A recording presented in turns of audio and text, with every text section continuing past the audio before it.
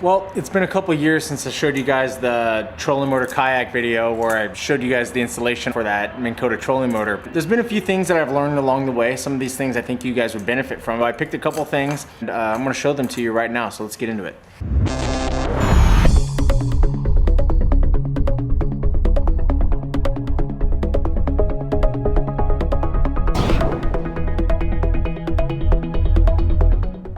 Okay, so the first thing I want to talk about is the length of this trolling motor shaft as it relates to this mount here. In my original kayak video, I was telling you about how Minn Kota specifies that the motor itself is somewhere around 12 inches, I think. I decided to pull the motor up a little bit, probably about 4 inches, so it's probably about maybe 7 or 8 inches underwater now. I think that it makes it work just a little bit more efficiently.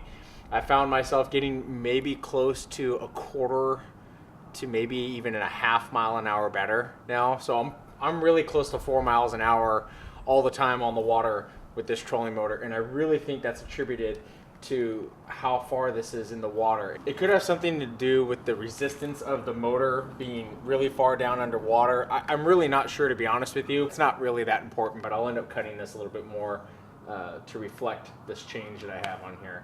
One of the things I really like about what I did with this kayak is putting these little brass collars inside this black tube. The black tube is the housing that is for this cable here. And this cable runs all the way up to where the pedals are. And so I just use this black tubing, and it's just the black tubing that I chose to use is it's like for drip for your plants in your front yard. It's really, really cheap. I have way more than I need because it comes in like 50-foot lengths, and it's super, super cheap. But anyway, that's what this black tube is, and the tube actually houses this cable here. But what I did on the end, and this is something that I really like, and I would definitely advise that you guys do it too, to save the whole of your kayak or to save this plastic portion here, because as this thing moves in and out, it acts as kind of like a hacksaw, and you don't want it to start carving into the kayak there. So what I have is a sacrificial brass collar that I kind of just shoved in there, and it grinds against that. And when I see that it grinds a little bit of a notch, I turn it, and then you ultimately will end up replacing it, but it's better than having a hole or a hole inside of your kayak. Just definitely something that is a little bit of insurance that you want to have for the kayak itself. Most of you guys that have these kayaks care about them a lot. You pay a lot of money for them, so you certainly don't want to be cutting excess holes into your kayaks via this little hacksaw motion of this thing coming in and out. That's definitely something that I would suggest. There's probably better ideas out there, but however you choose to adopt this idea, I would certainly implement this into your kayak if you choose to use this idea. Now, this portion of the trolling motor has been very interesting for me, as these bolts that I've put on here have been changed a couple times, and I'll go over some of the changes that I went through. Initially, first, I had these are probably like 3-inch eye bolts on here, and originally these were stainless steel. I like the stainless steel because it's stronger as opposed to getting galvanized, which I'm going to show you next. These are the galvanized ones that I went with next. So I had the stainless steel ones on there first, and we had them bent. The reason why we bent it is it was going to improve the angle on this part right here. And improving this angle, what I mean is basically it's not going to be so steep that it grinds into this little metal sacrificial collar thing that I put inside here. We bent these a little bit, that way it would improve the angle. That's what I mean by improve the angle. They were a little bit too short. I actually needed to go to something that was a little bit longer, so I went with these. I think these are 4-inch.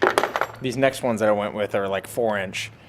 But I didn't go with stainless steel, I went with galvanized the next time. We bent them again to try to improve that angle a little bit. What I found was whenever I push on the pedals to steer the motor, I found that these were actually starting to bend a little bit farther than I wanted them to because they weren't as strong. My suggestion would be this.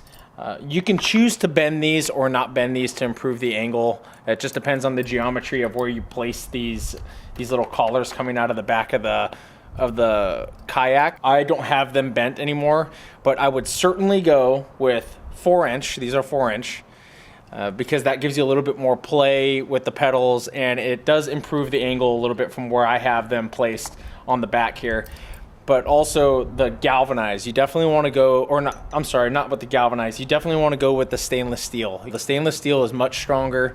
You're going to pay a little bit more money. It's a few dollar difference, but I would definitely buy the stainless steel one just because of the fact that you don't want it to bend more than you want it to bend. If you choose to bend these out a little bit, you don't want them to bend easily by you pushing on the pedals. Also, the other thing, I get so many questions about what this collar is on here. I don't know what it's called. I just know that it says 1 1/8 on the collar right here. That's this inside diameter hole here, and it's got a little set screw on it. And I get a lot of questions about this, and I could have swore I showed this to you guys before, but I'm going to show it to you again because I get a lot of questions about it.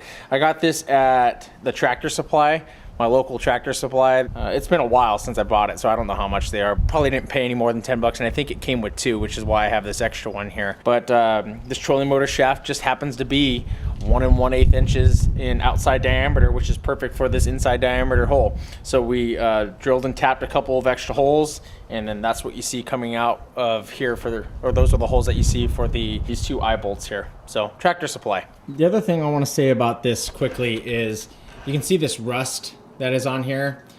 You know, these cables have probably lasted me maybe 2 years, and it's getting to the point where I'm gonna have to end up replacing them. But the point is that this is something that you shouldn't look at as being permanent. This is something that you should look at as, you know, you're gonna have to replace it sooner or later. So, you know, you probably should do it maybe every season or every other season, but the cable in here is very inexpensive. It's really easy to replace it. And there's really no way for the water to stay out of it. It's gonna eventually get in there.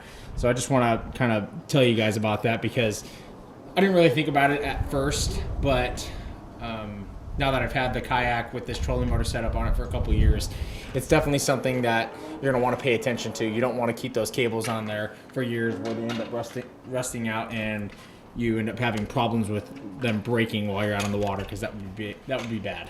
One of the last things I want to talk to you guys about is the propeller that I have on the back of here. If you guys remember when I first put this trolling motor on, soon after I bought this Chippewa propeller, and you can see it's got 3 blades on it, a much steeper pitch, I guess, on the blades. What this thing offers you is thrust, basically.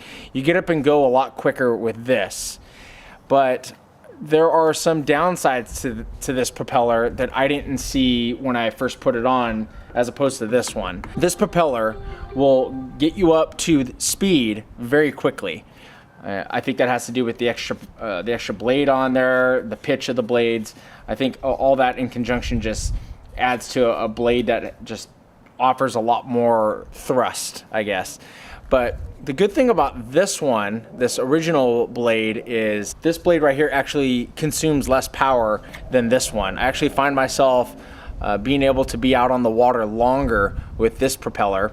I think that this propeller actually does better at getting the boat up to speed and staying there, as opposed to this one, which is kind of ironic considering the thrust of this one. One of the downsides to the original propeller, though, is the reverse really just sucks, to be honest with you. When I go in reverse with this thing, is not only does it help you get up and go in the forward direction, but also in the reverse direction. I mean, it just kills it. If you start running up on a shoal, or you feel like you're gonna crash into something, you throw this thing into reverse and it'll get you out of there really, really quickly.